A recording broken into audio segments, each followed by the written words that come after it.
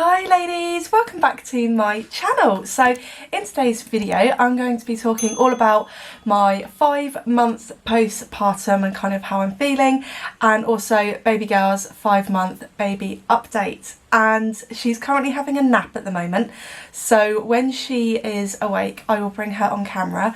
But let's get started with postpartum of how I'm feeling. So if you do like videos like this, do subscribe to me and thumbs up this video so I know, and let's go on with the video. Okay, so for anyone new here, Olivia's birth was very traumatic for me. Not physically, but emotionally. So basically what happened was she had to go to NICU because she came out, she was very blue, very floppy, and she wasn't breathing properly, and they had to actually intubate her with a tube to breathe for her. She had strep B pneumonia and she also had sepsis. So she had to be on a week's worth of antibiotics in NICU, and I stayed with her in the hospital for that duration. So breastfeeding didn't really get off to the best start because she was tube fed for the first like 2 to 3 days, and then she had tongue tie which went undiagnosed, so I had to have that cut twice for her. So yeah, that was a big thing. But 5 months on, we are doing really well with breastfeeding. She's really cheeky now. She's got like this little personality coming out where a noise will happen in the room and she'll be like, oh, what was that? And unlatch, the milk will spray everywhere. She thinks it's really funny, and yeah, she's so cheeky. And she also does this like grabby thing.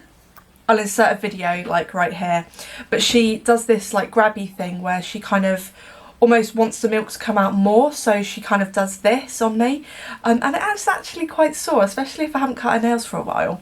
Last night was a little bit rough. Like, she does sleep really well at night. I'm very lucky. She'll maybe wake up like 1 or 2 times, but last night was really bad. She was up every 2 hours, and I am a little bit more tired than I am normally.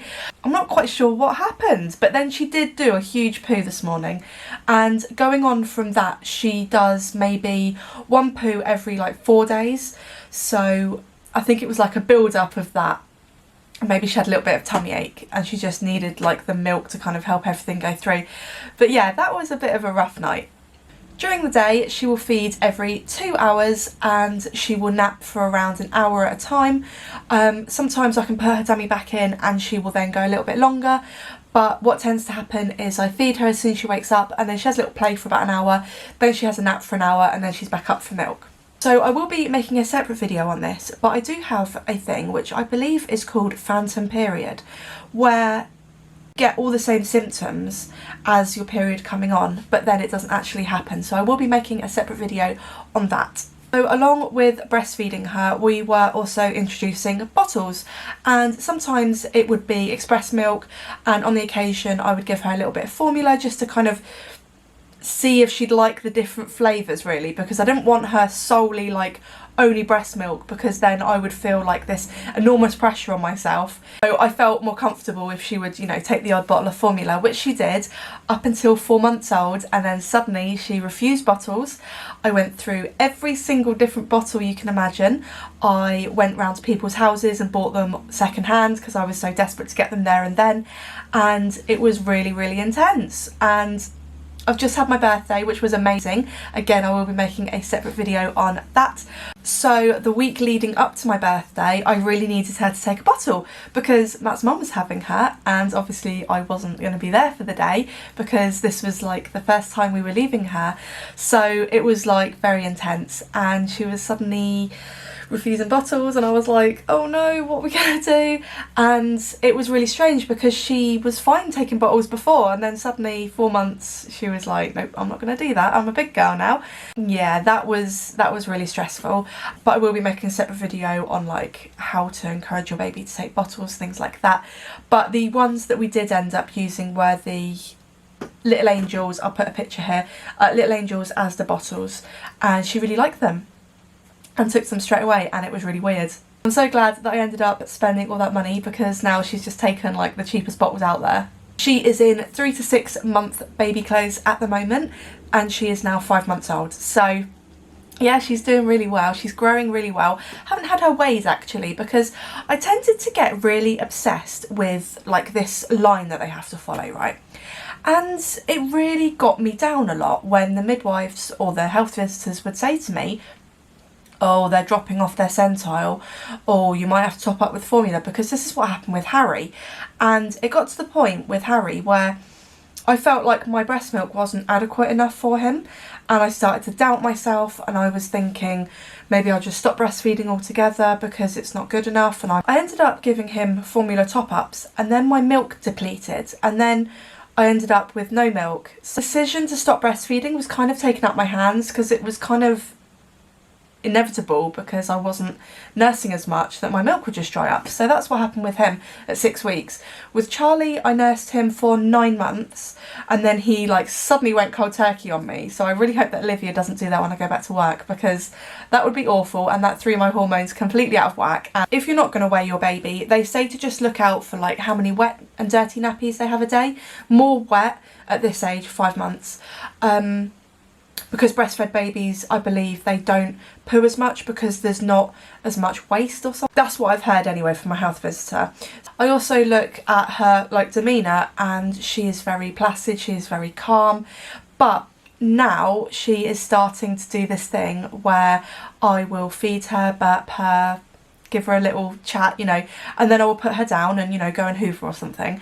And she gets really upset and she starts to cry, and I'm like, oh no, like this is becoming a thing where we are putting her down for naps, or we're putting her down, and she's like getting really clingy. And I didn't have this with the other boys. The boys were just happy just to go down.